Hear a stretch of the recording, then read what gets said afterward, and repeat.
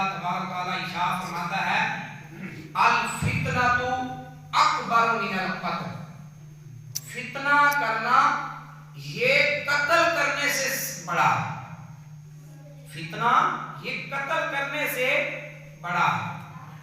تفسیر صراط الجنان کے اندر ہے کہ یہاں فتنے سے مراد ہے کفر کرنا اور شرک کرنا، کافر ہو جانا اور شرک کرنا یہ قتل کرنے سے بڑا ہے۔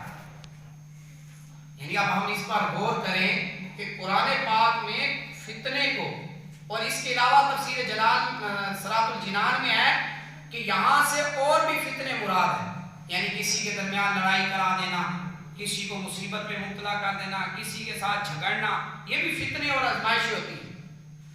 تو یہ فتنہ جو ہے یہ قتل کرنے سے بڑا ہے، کسی کو بندہ قتل کر دے یہ بہت بڑا گناہ ہے۔ اللہ تعالیٰ قرآن پاک میں ارشاد فرماتا ہے من قتل مؤمنا متعمدا فجزاؤہ جہنم خالدین فیہا، فرمایا کہ جو بندہ کسی مومن بندے کو قتل کر دے، جان بوجھ کر کسی کو قتل کر دے، اس کی جزا جہنم ہے، خالدین فیہا، اور وہ اس میں ہمیشہ رہے گا۔ یعنی آپ دیکھیں کسی کو قتل کرنا کتنا بڑا عذاب ہے کہ وہ جہنم میں جائے گا، اور اس سے بڑا جو عذاب ہے وہ ہے کافر ہو جانا، کفر کرنا، شرک کرنا، اللہ کے ساتھ شرک ٹھہرانا، یہ سب سے بڑا گناہ ہے۔ اور آگے اللہ تبارک و تعالیٰ ارشاد فرماتا ہے من یرتد منکم عن دینہ فیمت فہو کافر فاولئک حبطت اعمالہم فی الدنیا والآخرہ۔ اللہ تبارک و تعالیٰ قرآن پاک میں ارشاد فرماتا ہے کہ جو بندہ اپنے دین سے پھر گیا، اپنے دین سے پھر گیا، فیمت فہو کافر، اور وہ کافر ہو کر مر گیا، کیا ہو کر مر گیا؟ کافر ہو کر مر گیا، فرمایا اولئک حبطت اعمالہم فی الدنیا والآخرہ، ان کے دنیا اور آخرت میں اعمال برباد ہو جائے، جتنی نمازیں پڑھی، روزے رکھے، اچھے کام کیے، صدقہ خیرات دیے، زکاتیں دی، اگر کافر ہو کر مر گئے تو اللہ فرماتا ہے اس کی دنیا کے اندر اور آخرت کے اندر سارے اعمال برباد ہو جائیں، ایک ذرے جتنا بھی اس کو ثواب نہیں ملے۔ آگے اللہ تعالیٰ ارشاد فرماتا ہے وَأُولَئِكَ أَصْحَابُ النَّارِ هُمْ فِيهَا خَالِدُونَ، اور جو کافر ہو کر مریں گے اللہ پاک ارشاد فرماتا ہے کہ وہ جہنم والے ہیں، اور وہ جہنم کے اندر ہمیشہ کی زندگی گزاریں گے۔ یہ بڑی اہم چیز قرآن پاک کی میں نے آیت کریمہ آپ کو بیان کی، تو دیکھیں ایک مسلمان ہونا بہت بڑی ضرورت ہے، اہم چیز ہے۔ اگر ہم اس دنیا میں اچھے کام، نیک کام کریں گے تو ہمارے زندگی بہتر گزرے گی، اللہ ہم سے راضی ہوگا، تو ایمان کی حالت میں اس دنیا سے جائیں گے۔ اچھا، اب ایمان کتنا ضروری اور اہم ہے، اللہ کے محبوب صلی اللہ علیہ وسلم ارشاد فرماتے ہیں، صحیح بخاری شریف کی حدیث ہے انما الاعمال بالخواتیم، اے لوگو اعمال کا دار و مدار خاتمے پر ہے، جیسا تمہارا خاتمہ ہوگا ویسے تمہارے اعمال اللہ قبول کرے گا، ویسے تمہارے ساتھ اللہ پاک برتاؤ فرمائے گا۔ اگر تمہارا خاتمہ اسلام پر، دین پر، مسلمان ہو کر گئے تو پھر اللہ تبارک و تعالیٰ تمہارے دوسرے اعمال بھی قبول فرما لے، اور اگر خاتمہ برا ہوا، کافر ہو کر مرے، گمراہ ہو کر مرے، تو پھر اللہ پاک ہمارے اعمال کو قبول نہیں فرمائے گا۔ تو ایمان یہ ہمارا اصل ہے، اور پھر جو بندہ مسلمان ہو جاتا ہے، حضور نبی پاک صلی اللہ علیہ وسلم نے ارشاد فرمایا من قال لا الہ الا اللہ دخل الجنہ، جس بندے نے لا الہ الا اللہ کہا، کلمہ پڑھ کے مسلمان ہو گیا، دخل الجنہ، اللہ پاک اس کو جنت میں داخل فرما دے۔ تو یہ بڑی خوش نصیبی ہے کہ جنت میں مومن بندہ جائے گا، کافر بندہ جنت میں کبھی بھی نہیں جا سکتا۔ اور پھر آگے اللہ تبارک و تعالیٰ قرآن مجید کے اندر ارشاد فرماتا ہے ان اللہ لا یغفر ان یشرک بہ ویغفر ما دون ذلک، فرمایا کہ جو بندہ اللہ کے ساتھ کفر کرے گا، کافر ہو جائے گا، تو اللہ پاک کبھی اس کی بخشش نہیں کرے گا، ویغفر ما دون ذلک،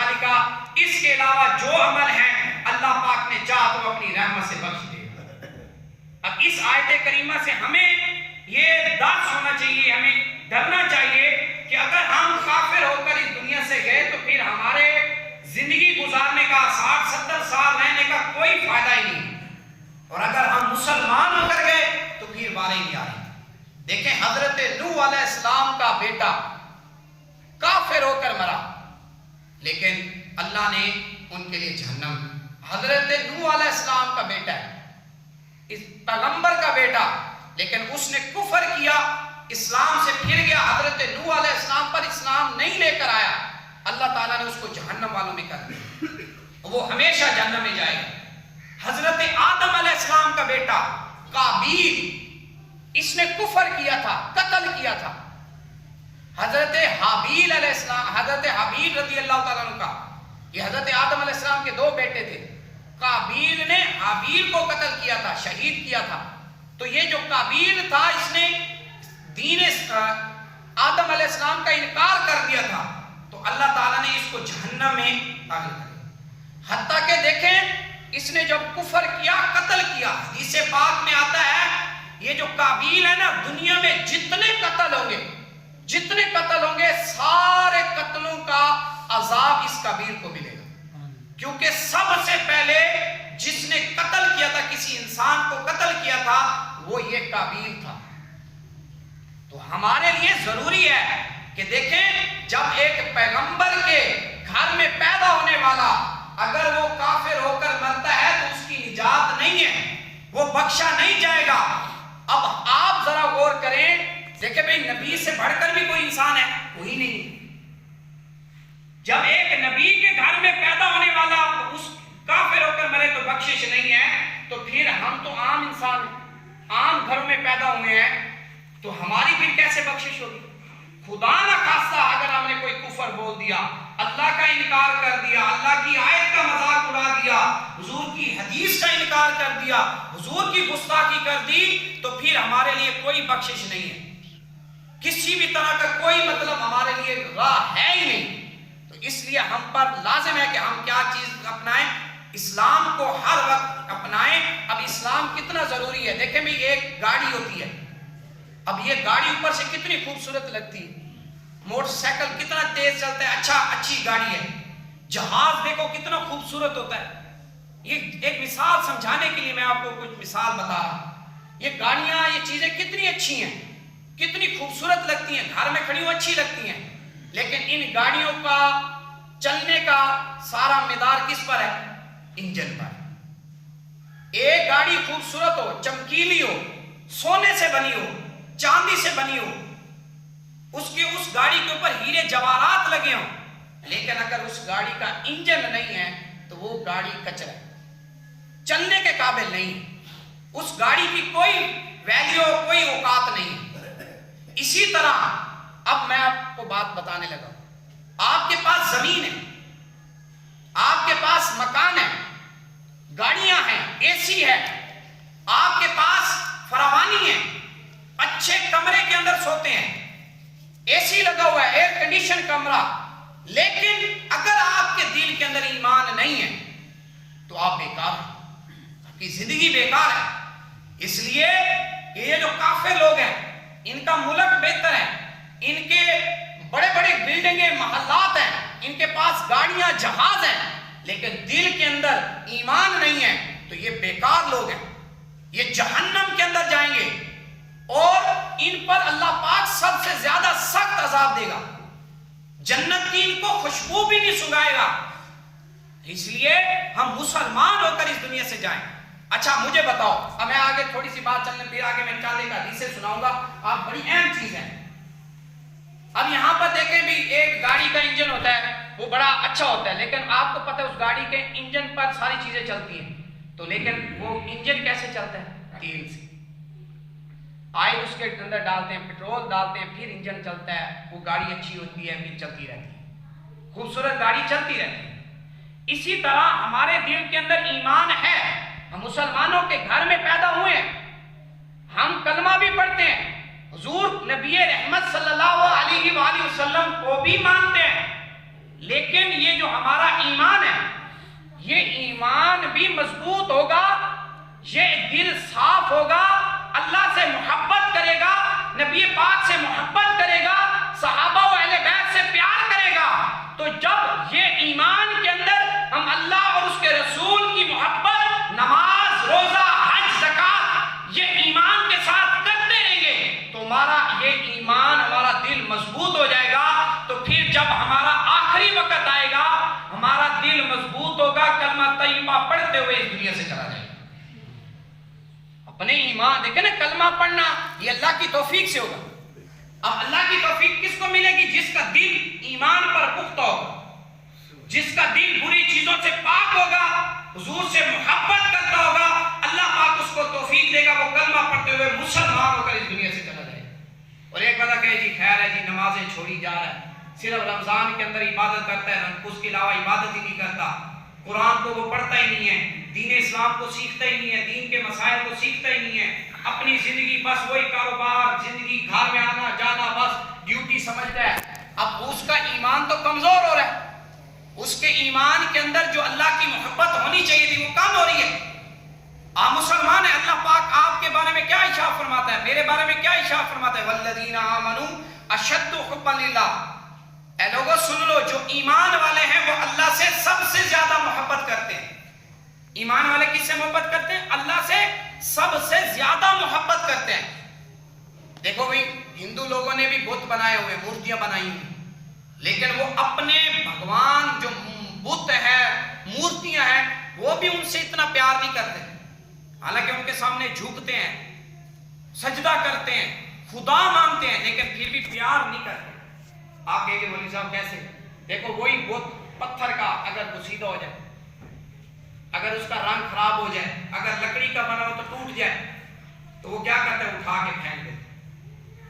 وہ بت جس کے سامنے وہ سجدہ کر رہے تھے، لیکن وہ خوبصورت پہلے تھا، جب وہ خراب ہوا، وہ سیدھا ہوا، پتھر کا بنایا ہوا تھا تو ٹوٹ گیا، تو اسی ہندو نے اٹھا کر اس کو باہر پھینک دیا. قربان جائیں، آپ کتنے خوش نصیب ہیں. اللہ نے فرمایا ایمان والا اللہ سے پیار کرے گا، اللہ سے سب سے زیادہ پیار کرے گا. دیکھو مصیبتیں آتی ہیں، کبھی بچہ بیمار، کبھی گھر والے بیمار، کبھی ماں باپ بیمار، کبھی کوئی فوت ہو رہا ہے، کبھی کیا ہو رہا ہے، کبھی ایکسیڈنٹ ہو جاتا ہے، کبھی جو ہے نا قرضے کے تلے بندہ دب جاتا ہے. کتنی مصیبتیں، آزمائشیں، پریشانیاں آتی ہیں، پھر بھی بندہ کہتا ہے اللہ تو ہی ہے، یا اللہ تو ہی کرم کرے گا، یا اللہ میرے بچے کو تو ہی شفا دے گا، میرے گھر میں تو ہی رحمت کرے گا.